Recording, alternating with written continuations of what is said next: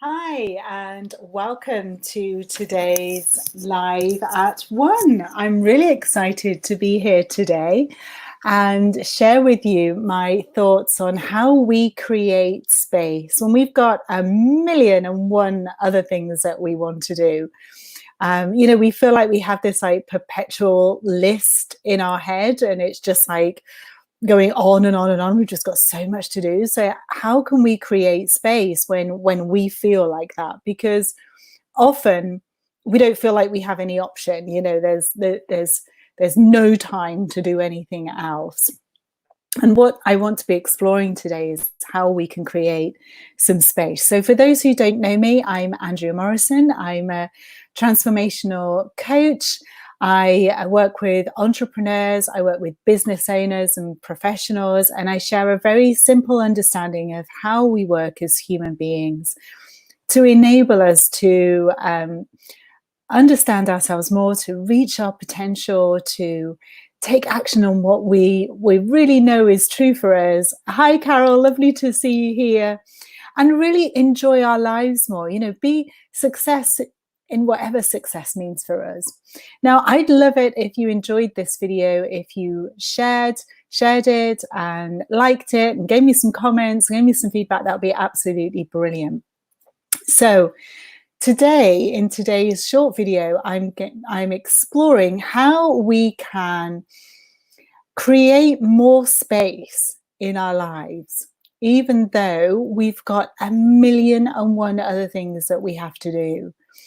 So I'm a busy person. I have 3 kids, a house. I run my own business. We have family and everything. Life is very full, and I know what it's like to have lots of stuff to do. It feels like your to-do list is like the mind, what's coming to my mind is like a toilet roll, and it is just like endless. You could write it on one end and you just like roll it out and it will go on to infinity. You just have so much to do all of the time. And when you're a busy person, you end up taking on even more stuff. There's that old saying, isn't it? If you want something doing, ask a busy person to do it. And I think particularly as women, we do take on even more and even more and even more, and we get into a cycle of not delegating, of not kind of outsourcing. We want to do it all ourselves. We have an idea of how it's got to be done, and we may as well just do it ourselves. It's easier if we do it ourselves.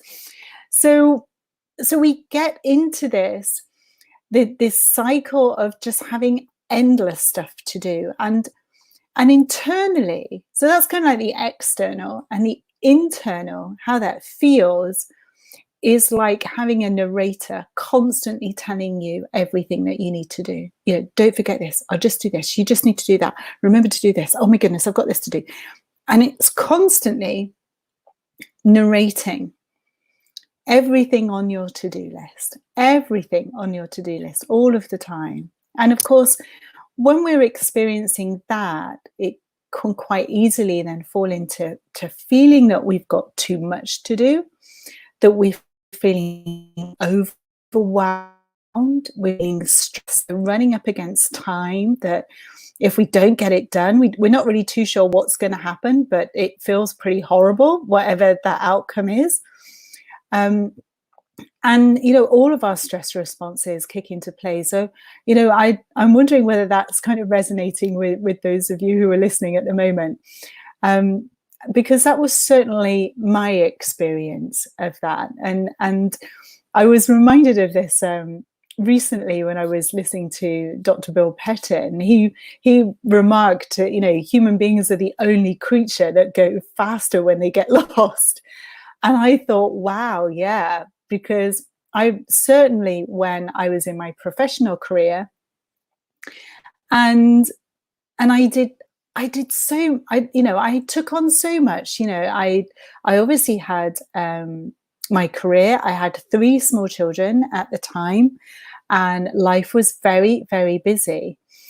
And when I had my third child, I remember feeling completely overwhelmed with everything that I had to do. My head was just completely full. And instead of, acknowledging that and maybe going a bit slower, I actually went back to work full time because I thought that would be easier. So I took on even more, which now when I look back was nuts. But at the time, I thought that would make sense to me. That actually, if I never slowed down, that I would just kind of get through these years as quickly as possible. And then maybe at some point, it would just all figure out. And we all know what happened after that. So how do we create more space? How can we experience more space in our lives? How can we not feel like we're on this perpetual hamster wheel? Or as a lovely lady I spoke to last week said, I feel like a swan and I'm paddling furiously just to kind of move a short place, a short space. And so how can we experience more calm and more peace, and allow that kind of more happiness really to come into our lives? Maybe even take life just a little bit less seriously. Well, I wanted to share with you one insight that I had that I found really helpful. So I began to notice that the first insight that I had was that my thinking was creating my experience. That was the first insight that I had when I first came to this understanding that the thoughts I was engaging with in my head was creating the experience that I was feeling. That was my first kind of insight. And I began to notice that I had a dialogue about what I had to do. So, when I looked at my to-do list on the next thing that I had to do, there wasn't any peace there. My head had an opinion about what I had to do. Whether I'd had time to do it, how long it was going to take me, who should have been doing it, why wasn't it done before? Whatever that dialogue was, it had like a description about it. There was an audio description about everything that I had to do. And that was one of the first things that I noticed. So what I then began to notice is that I was really buying into this. So I believed that everything that I thought about the thing that I had to do, everything I thought was real. It was truth. Somebody else should have done this job before me. Why hadn't it been done? That there was information there that I had to listen to. Or I should have done it sooner. Well, I should have done it sooner. I shouldn't have left it so late. I shouldn't have left it so late.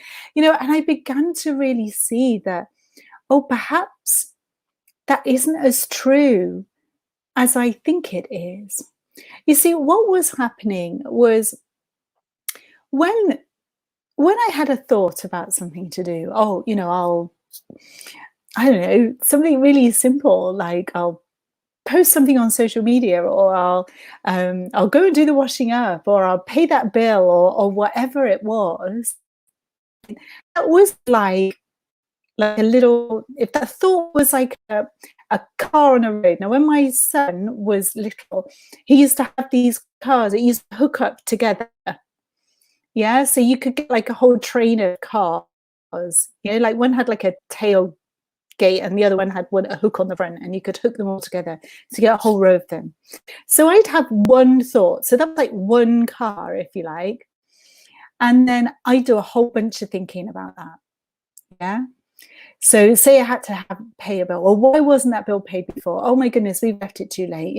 Well, we've got to pay more now, or whatever. So it'd be like, so it'd be like me adding like lots of cars to that car. So instead of just having the one car, I'd have about 10 cars. Yeah. And then the next thing would come up that I'd have to do. So I'd have to make a phone call. And then I'd have a whole lot of dialogue about that. What were they going to say? Was I prepared? I didn't know what I was talking about.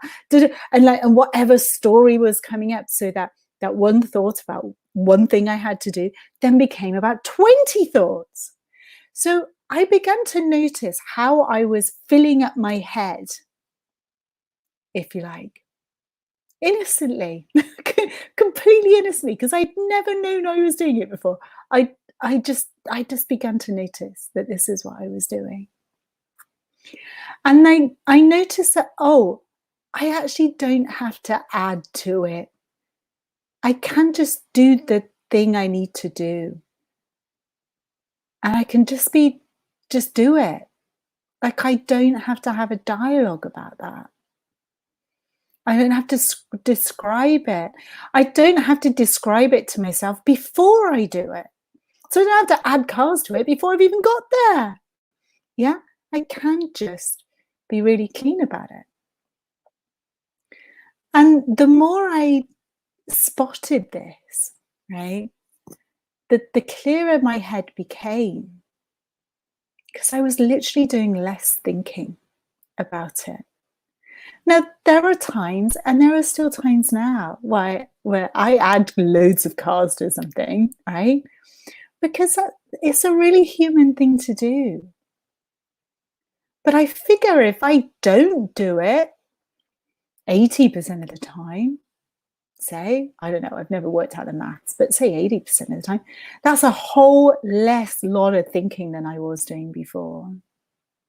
That's 80% more space than I had before. And that's a lot of space that I didn't have. I hope you found this live really helpful. I hope it's something that maybe you might be able to notice today, straight away, and it may impact you or help you in some way, create some more space in your own mind. I hope it does. And if it does, then do let me know and share your insights and share your experience, because that would be really great as well. And if you've enjoyed this video and you found it helpful, then do like it and share it and comment. And until tomorrow, I will see you then. Take care now. Bye-bye for now.